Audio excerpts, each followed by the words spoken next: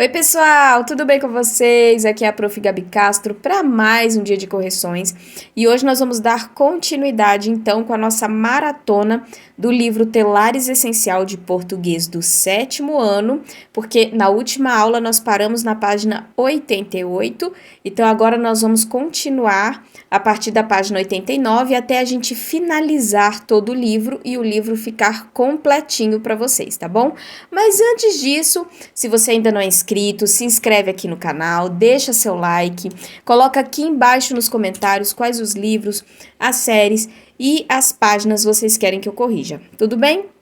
Bom, vocês já sabem como funciona o esquema, né? Então, assim, eu vou bem rapidão, né, no vídeo, para o vídeo não ficar muito grande. E aí, a gente vai ter aqui mais ou menos 1 hora de vídeo. Então, vamos embora para começar, né?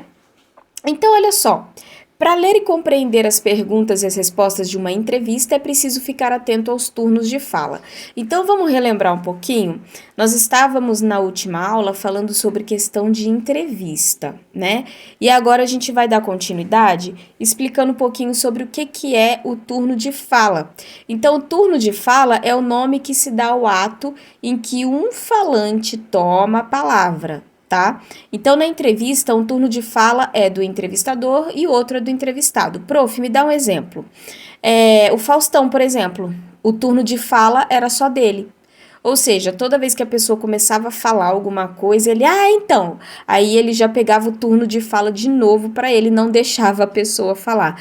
Então, o turno de fala, basicamente, é a sua vez de falar na entrevista. Tá? Então, por exemplo, agora eu estou falando, então o turno de fala é meu. Aí depois, imagina que você começa a falar comigo, eu tô te entrevistando. Você é o entrevistado, então eu estou falando com você. Aí depois você fala comigo. Então, isso é um turno de fala, tá bom?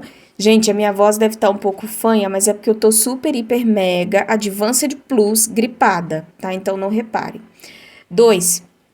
Qual foi o recurso usado no texto da entrevista para o leitor perceber a mudança dos turnos de fala?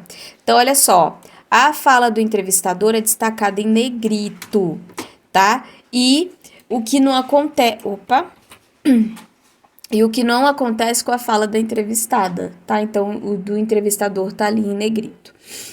3, nós precisamos fazer o quê? Dos temas a seguir, a gente tem que copiar no caderno apenas aqueles temas que foram escolhidos para o roteiro. Quais foram os temas escolhidos para o roteiro da entrevista? Olimpíadas, redes sociais. Eu vou dar uma tossida de vez em quando também, tá? Planos e estudos. É isso aí. Aqui no número 4, volte ao texto da entrevista e encontre outro exemplo de pergunta feita pelo entrevistador com base em uma resposta da entrevistada e registre no caderno. Aí a gente pode colocar isso aqui, entre aspas, porque é a fala de outra pessoa, né? Início de frase, letra maiúscula, porque você já tá careca de saber disso. Então vai ficar assim, E agora já são 7 milhões. Como é lidar com essa explosão nas redes sociais?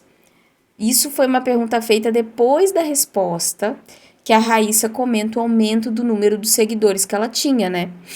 E aí ela falou assim, eu não pensei que seria tão grande a repercussão.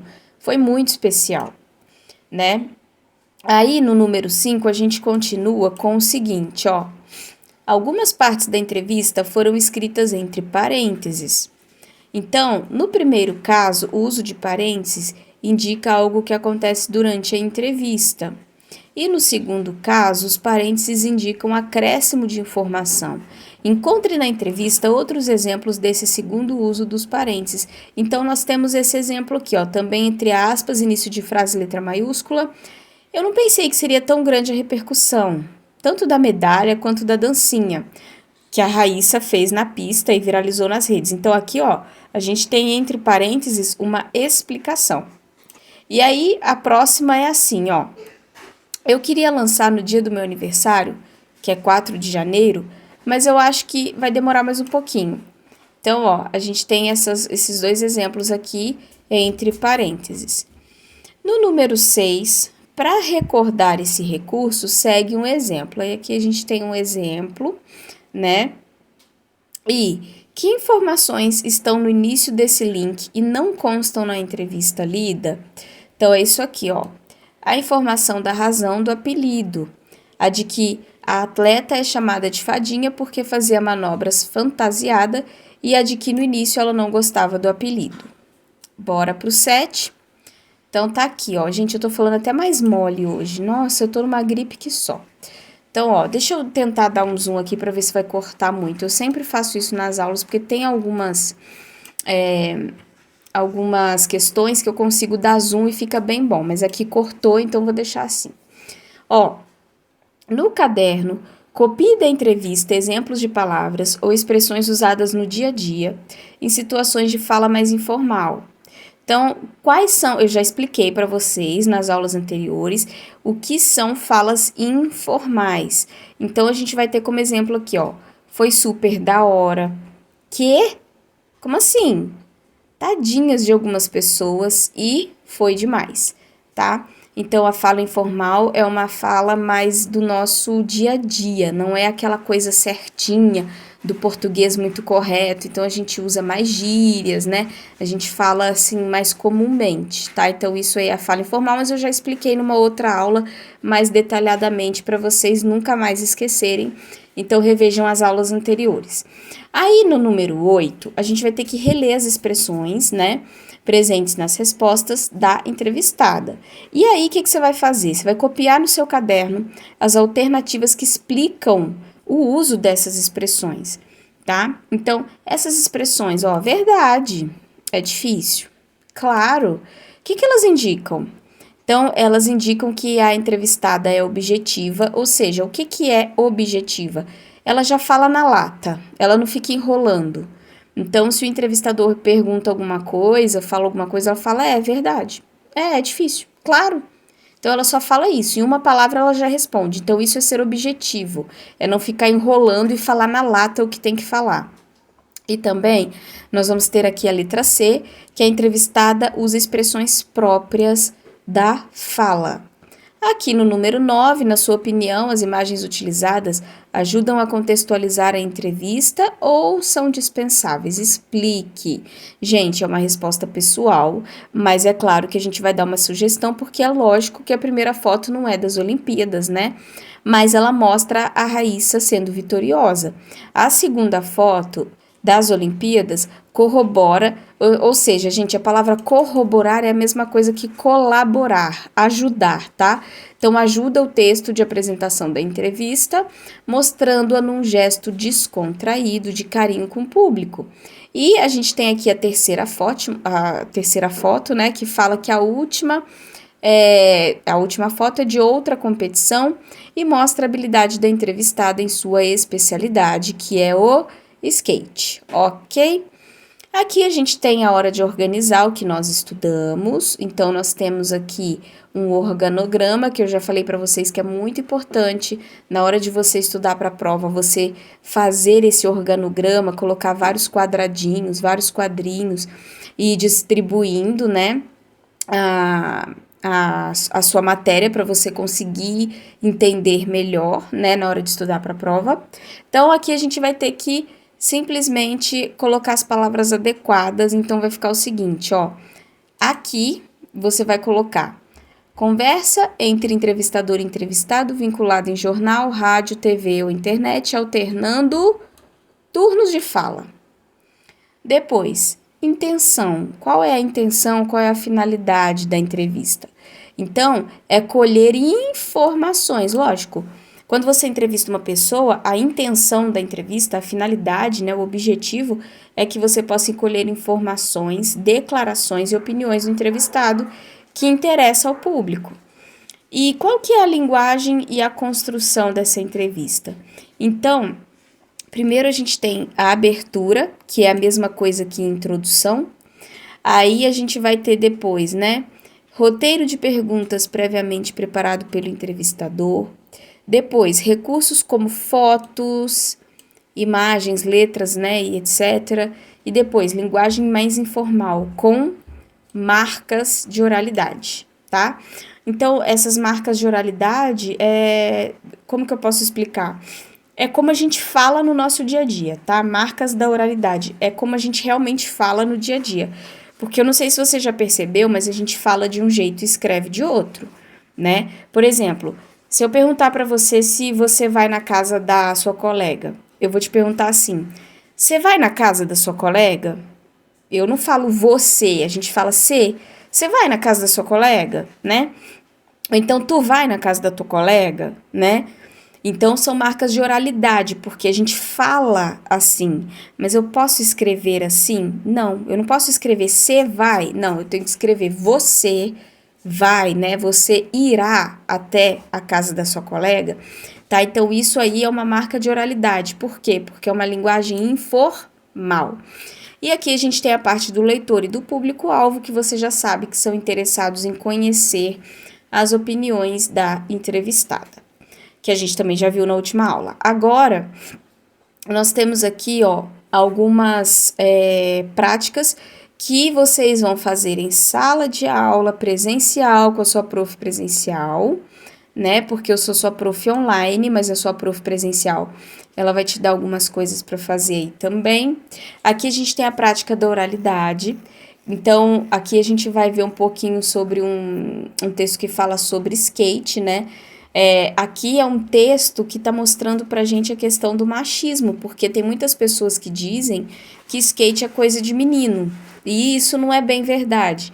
Então, aqui também você vai argumentar, vai falar com seus colegas, né? Você vai fazer também na sua sala de aula. E aí, nossa, prof, hoje você tá tão devagarzinho, eu sei, gente, mas eu tô numa gripe. Que, nossa, eu tô custando pra ler isso aqui pra vocês sem dar um espirro. Eu tô segurando o espirro aqui pra não espirrar. Mas tudo bem, se eu espirrar, vocês me perdoem. Olha só, aqui nós vamos ter também uma apresentação oral, tá? Então, vocês vão ver a videoaula, aí vai ter uma apresentação oral.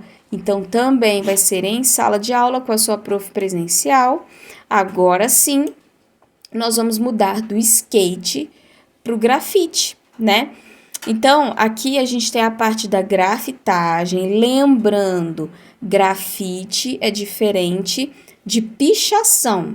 Pichação é aquilo que o seu irmãozinho de 3, 4 anos de idade faz na hora que vai desenhar na aula de artes, tá? Ele rabisca e aí você fala que tá lindo, mas a gente sabe que não tá, que tá tudo rabiscado. Então, isso é pichação. Grafite não é pichar, grafite é arte. Então, transforma os muros da cidade em muros mais bonitos, ok? É muito importante falar isso. E aí você tem que anotar o que é possível observar quanto às cores utilizadas. Aqui a gente já sabe que são cores fortes e vibrantes ou cores vivas, né? Lembrando, coloque com as suas palavras, não copie igualzinho está aqui.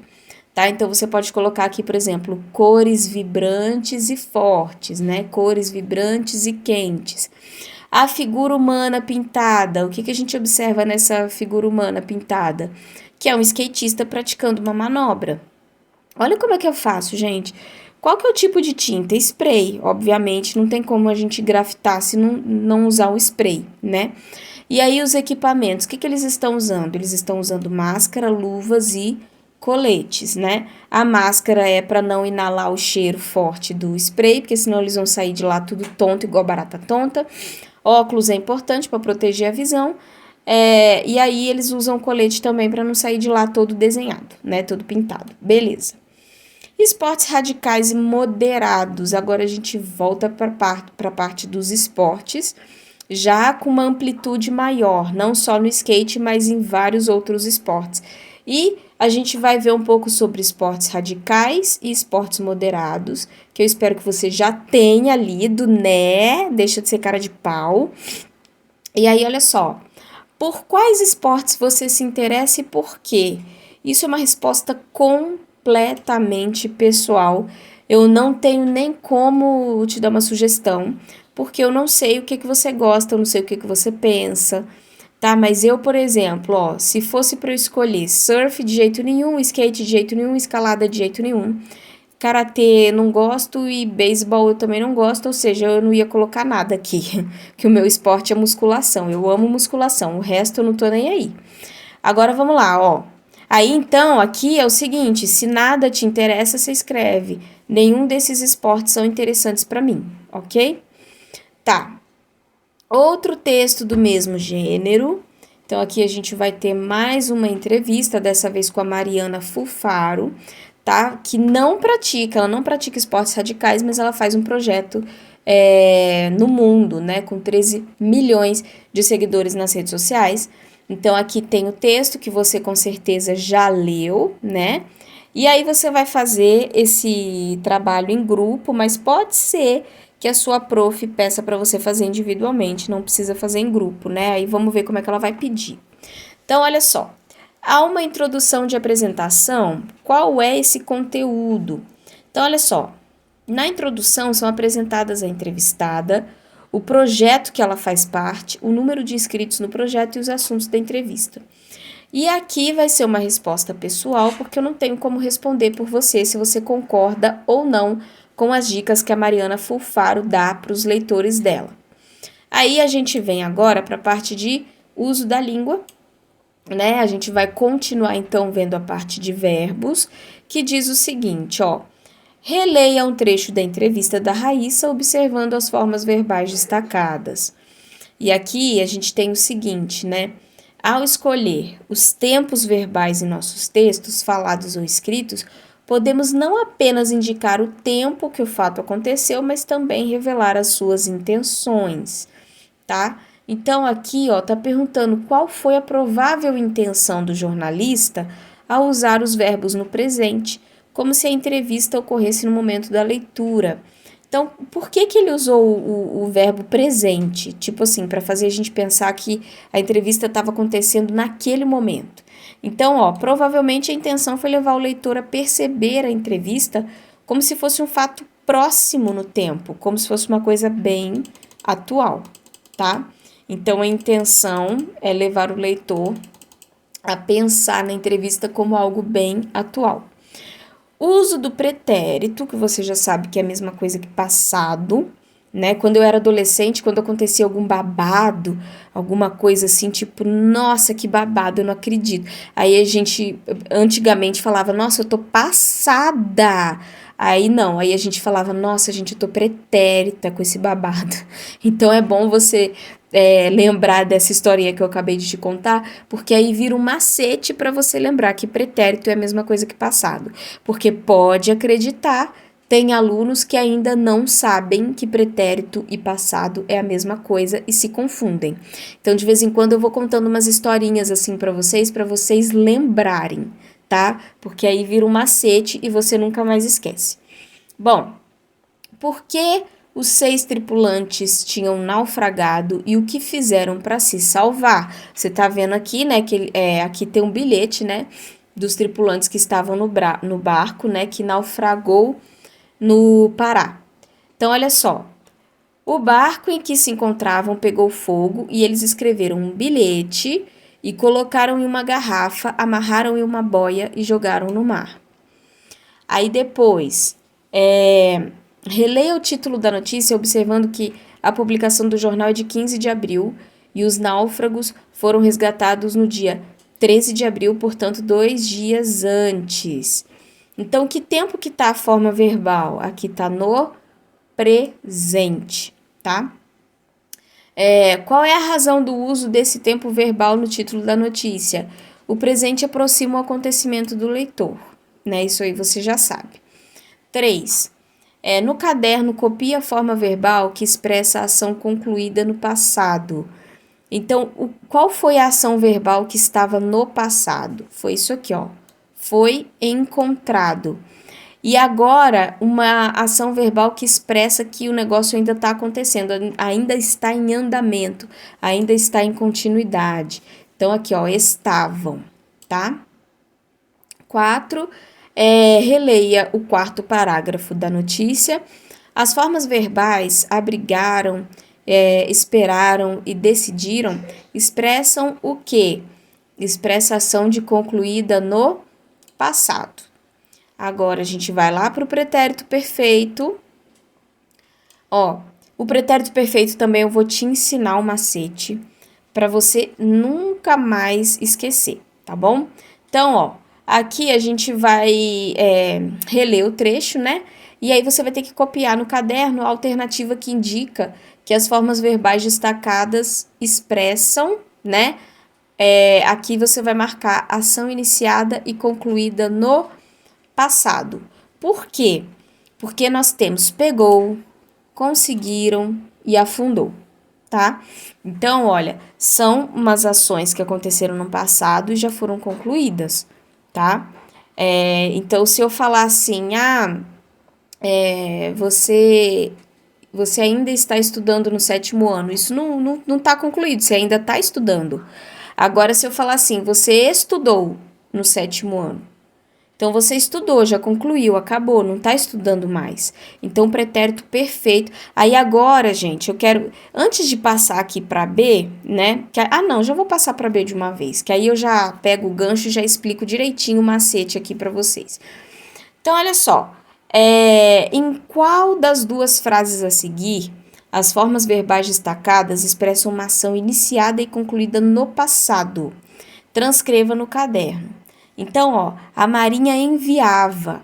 Se eu estou dizendo que a Marinha enviava, quer dizer que isso ainda está em andamento ainda. Não terminou, ela enviava. Então, qual a resposta certa? A Marinha enviou. Por quê? Porque já enviou, pronto e acabou. Não tem mais nada para fazer, enviou. Ponto final, tá? Então, as formas verbais pegou, conseguiram, afundou, né? Elas são ações completamente concluídas, tipo, já acabou. E elas começaram quando? No passado, né? Então, se trata de formas verbais no pretérito perfeito. Aí, gente, aqui eu quero explicar para vocês. Eu vou até concluídos aqui, ó. Essa é a palavra-chave, tá? Concluídos no passado. Vou até deixar assim grifado, né? Geralmente eu grifo só as respostas, mas esse aqui eu quero grifar para você agora aprender o macete, para você nunca mais esquecer o que é o pretérito perfeito, tá? Pretérito, você já sabe que é o passado. Lembra da historinha que eu te contei? Nossa, menina, tô pretérita com esse babado. Quer dizer, eu tô passada com esse babado. Então, você já sabe que é pretérito. Perfeito, você vai pensar assim, gente, o passado foi tão bom, foi tão ótimo, que ele foi tão perfeito que até já acabou. Então, foi assim que eu aprendi, que eu decorei o que é o perfeito. Ele é tão perfeito, mas tão perfeito que eu até já acabei. Vou te dar um exemplo. Me formei no 7º ano. A palavra formei tá no pretérito perfeito. Por quê? Foi tão perfeito, tipo, foi tão perfeito, eu passei de ano. Então, se eu passei de ano, foi tão perfeito que já acabou. Eu não preciso fazer de novo, entende?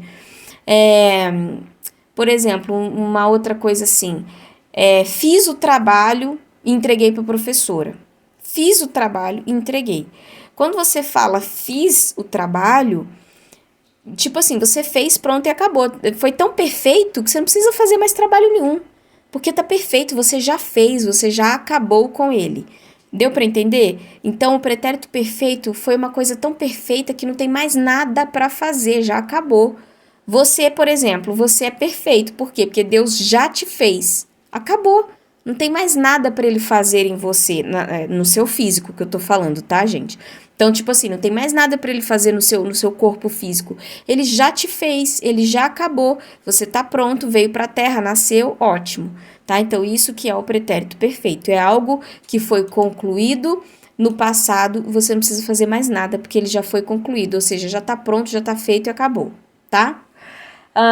Pretérito imperfeito, aí já é o contrário, né? Porque o pretérito imperfeito tá faltando alguma coisa nele. Então, vamos ver aqui, ó. O que o personagem quis criticar na sua fala? Então, olha só, o personagem critica a atitude de mães que não estão atentas aos filhos e talvez sejam mais atentas à comunicação feita por celulares. Pode também ser uma crítica à falta de comunicação entre as pessoas pelo uso excessivo da tecnologia. E aí, aqui está explicando um pouquinho, né? Essas formas verbais, elas estão no pretérito imperfeito, tá? Porque esse tempo expressa um fato ou uma ação que costumava acontecer no passado, né, em uma ação habitual. Então, a gente diz que essa forma verbal indica uma ação que tem continuidade no passado, tá? Então, ó, houve uma época em que os bebês choravam, né, em vez de enviar mensagens de texto para as mães quando estavam com fome. Vamos entender mais um pouquinho sobre isso nas questões. Então, aqui a gente tem o pretérito imperfeito, que você sabe, né, que são ações que têm continuidade, né, não tá pronto. Lembra, esse aqui, ó, foi concluído, né, o pretérito perfeito, ele tá pronto, já foi concluído. Agora, o imperfeito, ele tem uma continuidade, ele ainda não acabou, é o contrário, tá? O pretérito mais que perfeito é quando a gente coloca essas finalizações aqui na palavra, tá? Então, eu vou explicar direitinho aqui. A gente vai dar só uma bisoiada aqui para ver se tem mais explicação para cá, porque aí nas próximas questões vocês vão entender melhor, tá? Então, ó, pretérito perfeito é uma ação que começou e foi concluída. Você é perfeito. Deus começou a te fazer na barriga da sua mãe, quando você nasceu, você foi concluído. Então, vamos supor que seu nome é Rafael. Então, Rafael nasceu, pronto, acabou. Nasceu no passado, né? Então, nasceu, já foi, acabou. Pretérito perfeito. Pretérito imperfeito é uma ação habitual, contínua no passado, tá? Então, é ao contrário do perfeito. No imperfeito, a ação é uma ação que continuava no passado, né? Ainda ia acontecendo, não finalizou. Agora, o pretérito mais que perfeito é a ação anterior a outra ação também no passado, tá? Então, o pretérito mais do que perfeito se eu falar assim, por exemplo, quando eu cheguei, a minha mãe já tinha retirado a janta. Ao invés de você falar já tinha retirado, você pode falar assim, a minha mãe já retirara a janta, tá? Então, para você não ter que falar tudo isso, já tinha retirado, né? Já tinha nascido. Por exemplo, quando aconteceu o acidente, o meu irmão já tinha nascido. Em vez de você falar já tinha nascido, você fala o meu irmão já nascera naquela época, tá? Então, o mais que perfeito, ele vai ter essa coisa aqui, ó, tá? Vai ter essa finalização de palavra aqui, tá bom? Que a gente sempre faz no pretérito mais que perfeito. Bom, agora vamos para o que interessa aqui na veia. Então, olha só. Qual foi o experimento mais legal que já fizeram no canal, né? Entrevista com a Mariana Fulfaro. Então, é o pretérito... Eita! É o pretérito... Deixa eu ver se a minha canetinha vai. Sem rabiscar tudo. Ela... Peraí. Então, sabe o que eu vou ter que fazer? Gente, peraí que agora não quer descoisar, ó. Que saco! Ó. Então, aqui, ó, qual foi o mais legal? Aqui, ó, pretérito, gente, pretérito perfeito e pretérito perfeito, tá? Aqui, vocês me desculpem, mas eu não tô conseguindo tirar, não. Deixa eu ver se eu consigo tirar aqui. Não tem problema, não. Fica assim mesmo. Aí, letra B, né? Letra B vai ser pretérito perfeito. Então, deixa eu colocar mais escuro, né? Deixa eu colocar mais escuro, já que a gente teve um acidente aqui com a minha canetinha, a gente coloca mais escuro para não confundir vocês. Aí, aqui, ó, na letra C, a embarcação que naufragou tinha saído, lembra que eu expliquei para vocês? A embarcação tinha saído do Porto de Belém. Aqui vai ser pretérito mais que perfeito. Por quê?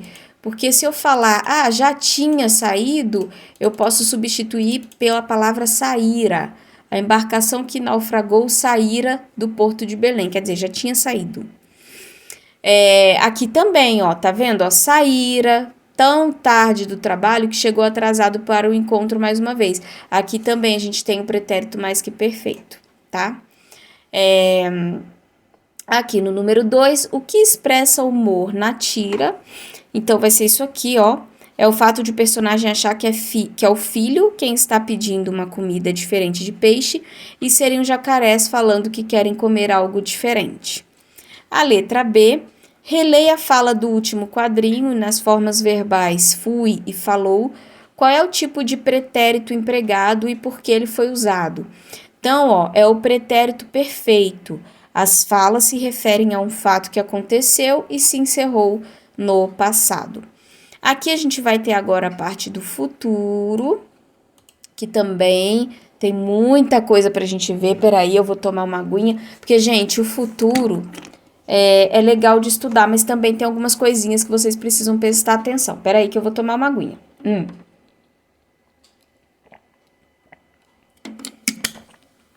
Então, pronto, né? Preciso me hidratar.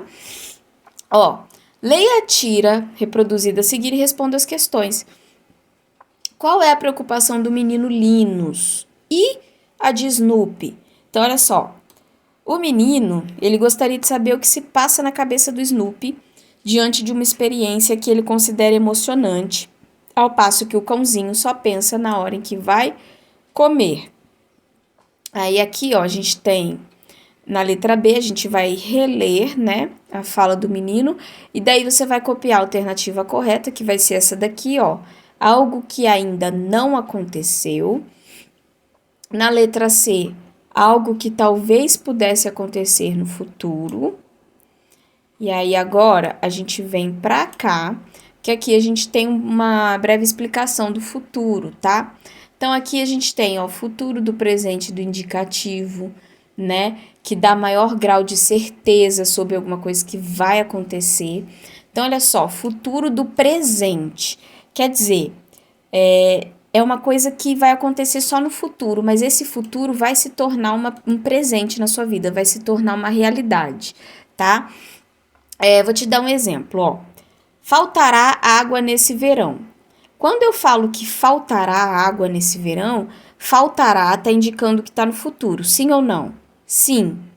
Agora, eu estou afirmando, eu estou dizendo que vai faltar água. Então, isso é uma coisa que está no futuro, mas que vai se tornar um presente. Por exemplo, irei me formar no 7º ano, por exemplo.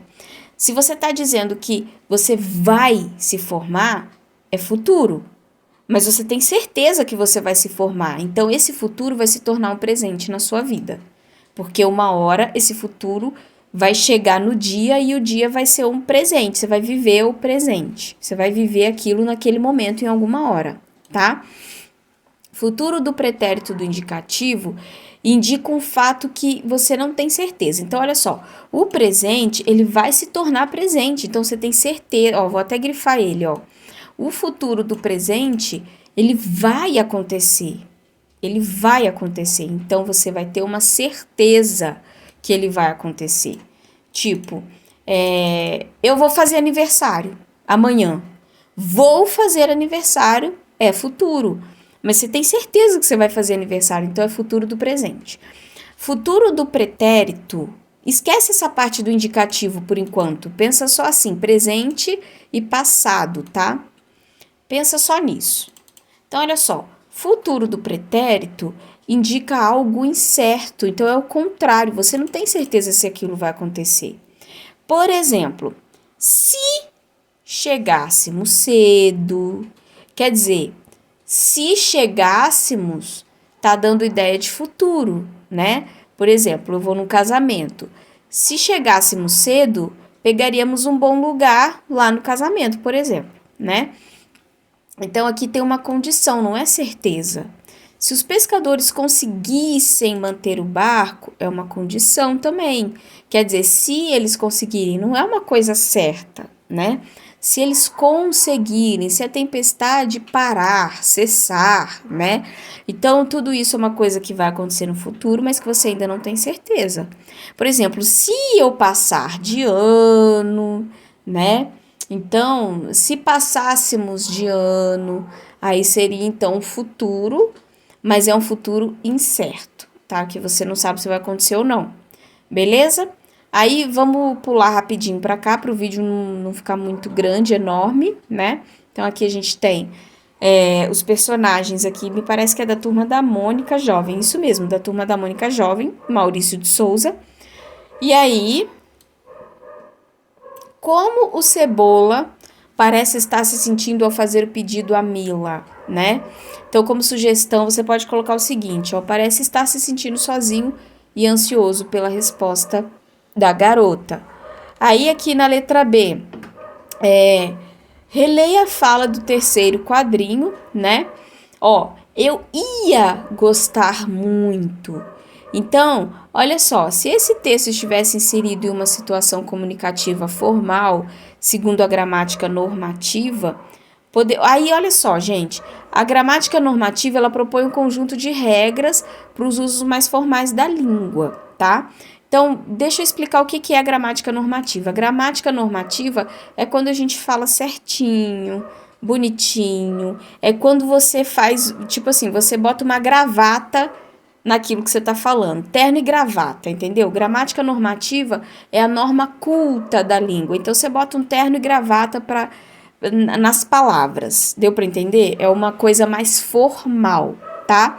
Então, se esse texto estivesse inserido em uma situação comunicativa formal, segundo a gramática normativa, poderíamos afirmar que houve incoerência? Se sim, qual seria essa incoerência? Então, sim, né? O personagem Cebola empregou ia, que é uma forma de pretérito, ou seja, uma forma de passado, no lugar de uma forma de futuro, iria, pois o que está expressando não aconteceu ainda. Então, é o desejo de que algo aconteça, ok? Beleza, os meus cães estão aqui gritando que só, eu não sei porquê, eu acho que passou um carro, alguma coisa na rua, mas enfim, né, gente? Das minhas aulas sempre tem isso, ainda mais que eu tenho 4 cães, né, então abafa o caso. Ó,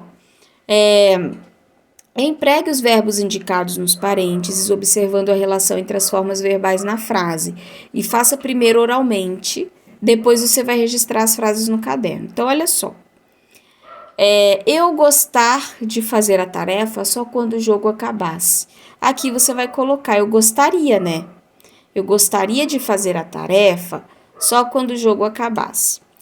Aqui vai ficar, se nós estudássemos um pouco mais, não ficaríamos ou não iríamos ficar em recuperação. Se nós estudarmos um pouco mais, não ficaremos ou vamos ficar de recuperação. E quando você voltar de viagem, eu vou devolver os seus livros. Perceba, aqui, ó, se, quando a gente fala se nós estudássemos, se nós estudarmos, é uma incerteza, né? Então, já expliquei para vocês. Incerteza é qual? Porque olha só, quando você voltar de viagem, eu devolverei. Aqui tá falando que é certo. Então, é pretérito futuro, né? Do pretérito perfeito, tá? Então, olha só. Aqui, ó, futuro do pretérito. Já expliquei para vocês. Se eu ganhasse na loteria, eu pagaria. Aqui é futuro do pretérito, né? Do indicativo. E aqui a gente não tem certeza do que vai acontecer, né? Ó, você ia se machucar muito se não estivesse. Então, aqui também, ó, pretérito imperfeito, futuro do pretérito imperfeito, ok? Então, você já viu essa explicação aí, vamos lá para a próxima. Lá na 103, uso do presente. Então, olha só, observe o uso das formas verbais na tira, você já leu, né? E Li nos espera pelo grande abóbora. O que fala da menina Lucy no terceiro quadrinho expressa... Então, olha só. A fala de Lucy, ela expressa descrédito, ironia e até um certo desprezo pelo que Linus fala. Na letra B, que formas verbais são essas, né? Então, é tão, estão, né? E tá, que é o está, tá? Tipo assim, ó, aqui, esse tão tá na forma informal da língua, na parte não culta da língua, e aqui tá na parte culta da língua, tá na norma culta da língua, e aqui tá na norma informal, tá? Que tempos essas formas expressam? Elas expressam o presente E por que essas formas verbais foram empregadas dessa maneira? Então, são formas mais próximas da oralidade do dia a dia, da linguagem mais descontraída e menos monitorada. Aqui no número 2, a gente tem aqui uma pequena explicação, dando um exemplo. Número 3 também dando um exemplo. A gente pula para o vídeo não ficar muito grande, que vocês vão ler isso em casa. Ó, aqui tem o tempo presente, né? O presente histórico. Então, isso tudo a sua prof presencial vai te explicar, já te explicou, né? Eu espero. Então, ó, essa parte aqui também a gente vai pular para não ficar muito grande. E aí, olha só. Copie no caderno as frases a seguir da entrevista com a Raíssa. Então, sublinhe os verbos das frases que você copiou. Então, aqui você vai colocar recebo, faltando, podiam, andar, podem, deixam, incentivam e compraram. E aqui, nessa frase de baixo, vai ficar fico, ajudar e inspirar, ok? Tá bom, então vamos lá para 105. Então, olha só.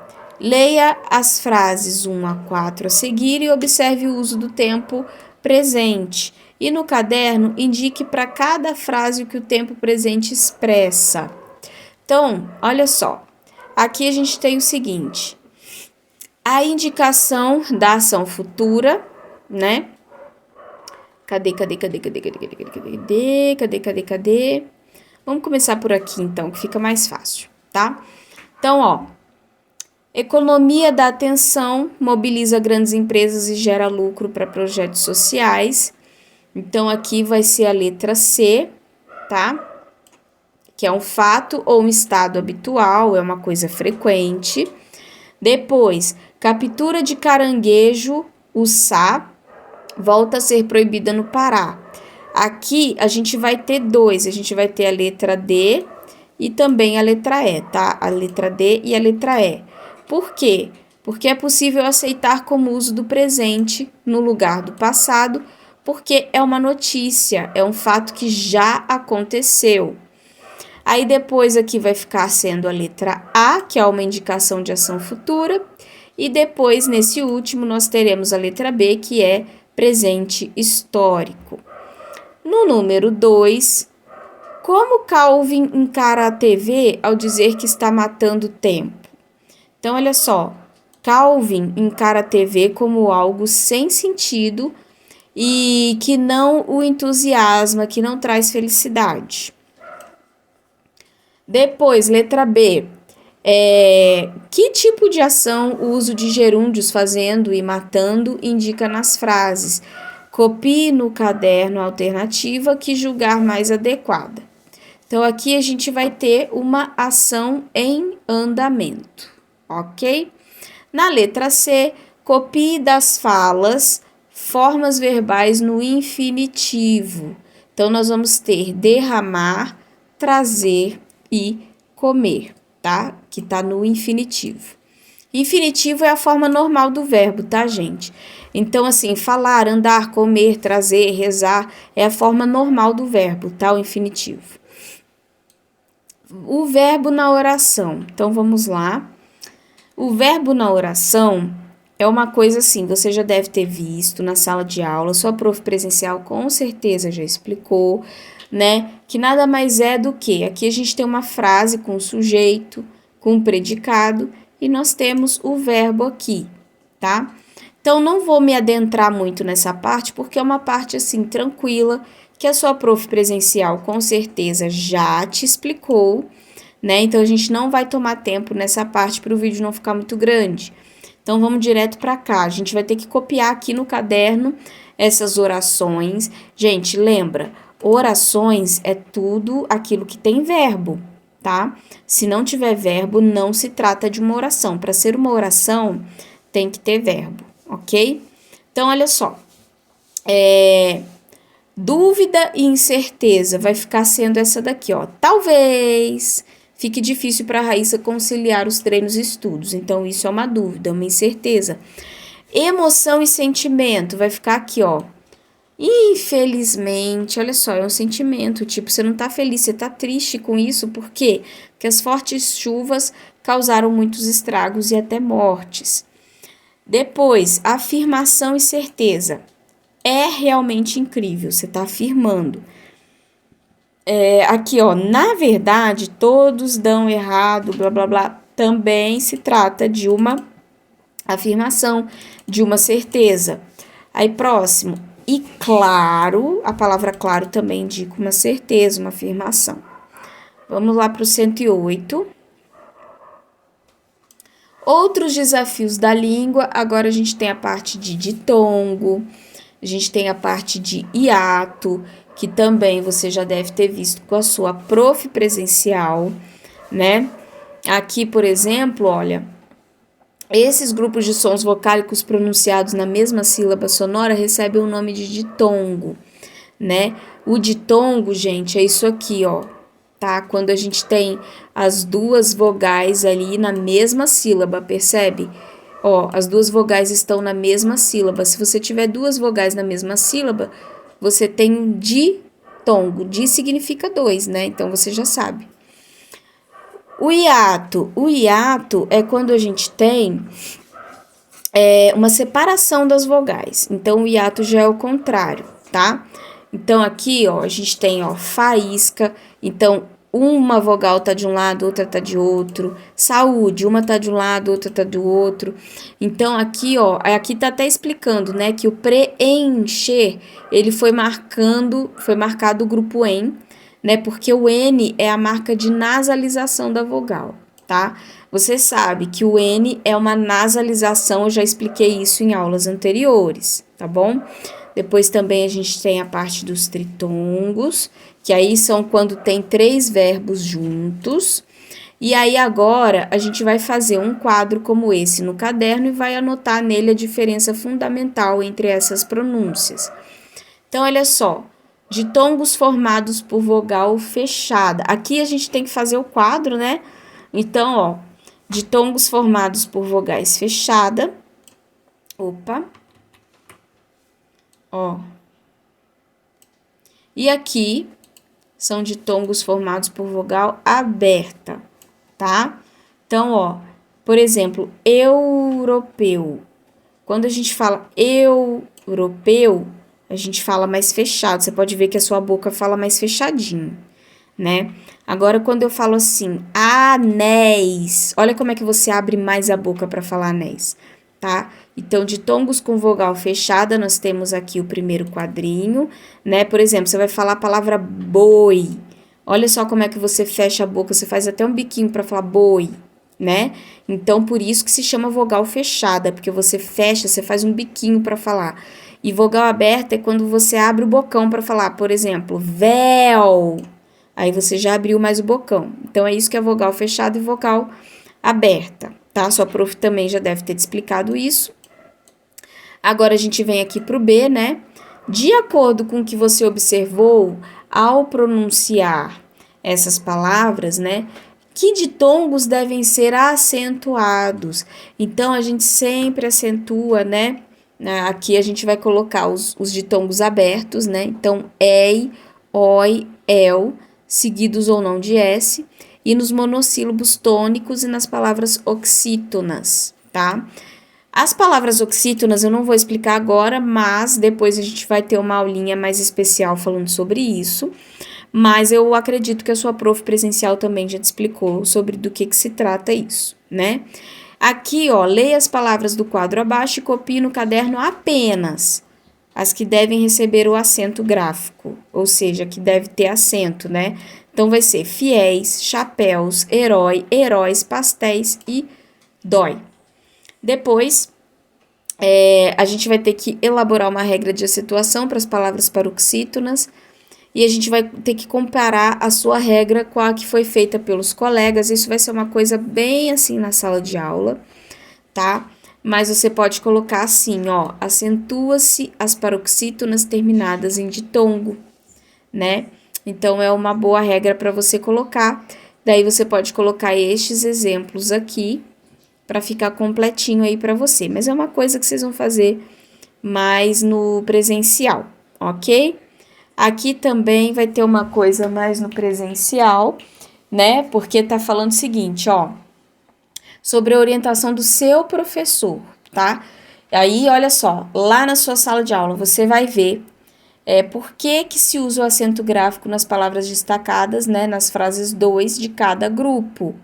Então, olha só, o acento, gente, ele indica como que deve ser pronunciadas as palavras. Então, assim, os acentos, eles não são enfeites, tá? Não é para ficar ali de enfeite, ele tem um motivo, ele tem um porquê de estar ali, tá?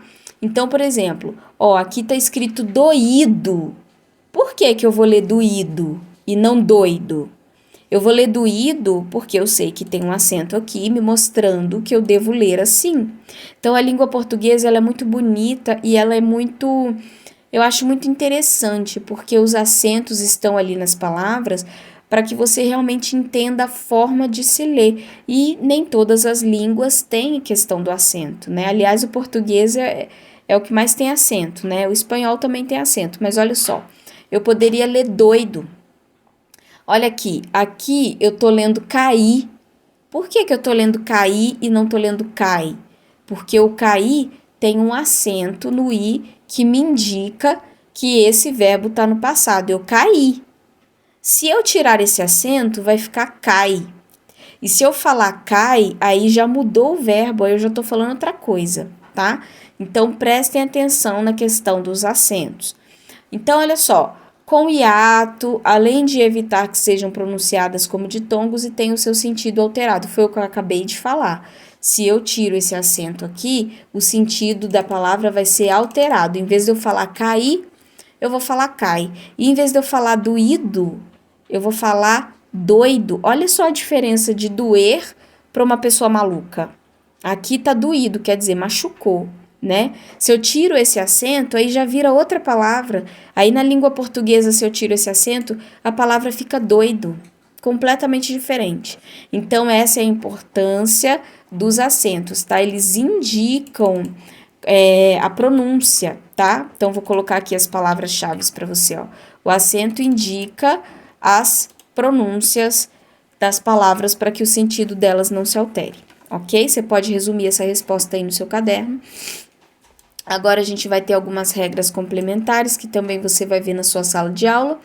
Agora, olha só, observe os conjuntos de palavras a seguir e justifique o acento gráfico em cada grupo. Então, olha só, público, esplêndido e lâmpada são proparoxítonas.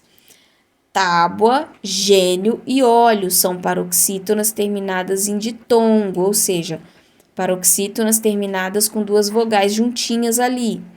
Depois, dólar, caráter e pôquer são paroxítonas terminadas em R.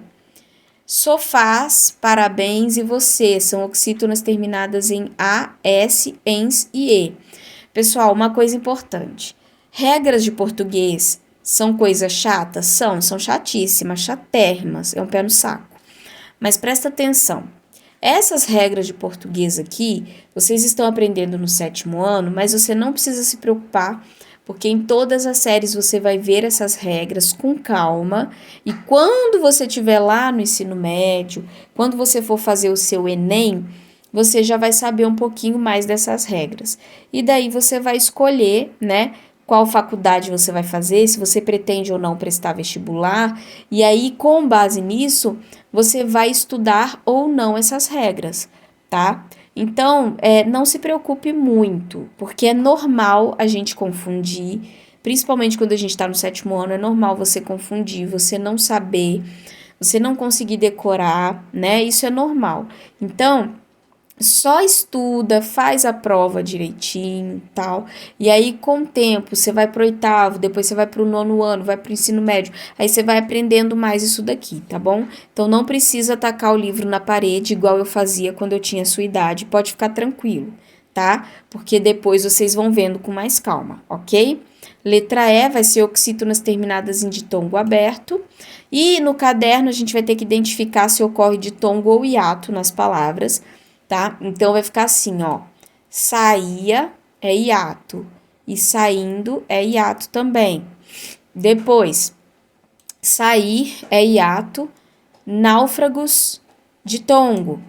Depois, muitos é ditongo e paraíso é hiato. Aí depois aqui no número 2, né? A gente tem aqui, ó, regiões, hiato, né? E ditongo, ões, né? País é um hiato, prejuízos é um hiato. Por que que é o hiato? Gabi, por que que isso é um hiato, pelo amor de Deus? Porque as vogais, elas estão separadas. Uma vogal tá numa sílaba e a outra tá na outra sílaba. Beleza? Beleza. Aqui, história é ditongo, baú é um hiato, que as vogais estão separadas. Rei é um ditongo, porque as vogais estão todas juntas.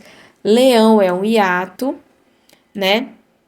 E a gente tem um ditongo aqui também. Então, o leão, ele é um hiato, porque esse E e esse A estão separados, mas ele também é ditongo, porque esse ão aqui está junto. Então, ele é os dois, tá? Ele é híbrido, ele é os dois.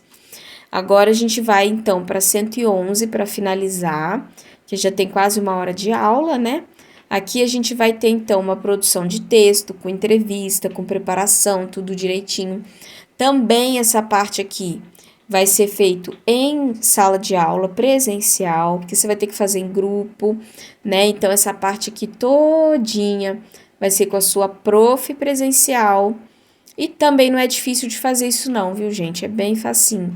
Eu não gostava muito de fazer trabalho em grupo, né? Porque eu pensava de um jeito, o outro pensava de outro, o outro pensava de outro. Mas em língua portuguesa é legal fazer trabalho em grupo, tá? Porque um vai complementando o outro, os seus colegas te ajudam, você ajuda eles, e no final dá tudo certo e sai uma entrevista legal. Aqui tem a parte da autoavaliação, né? E aí, agora, nós vamos vir, então, para a página 114, que é a página falando sobre foco na informação.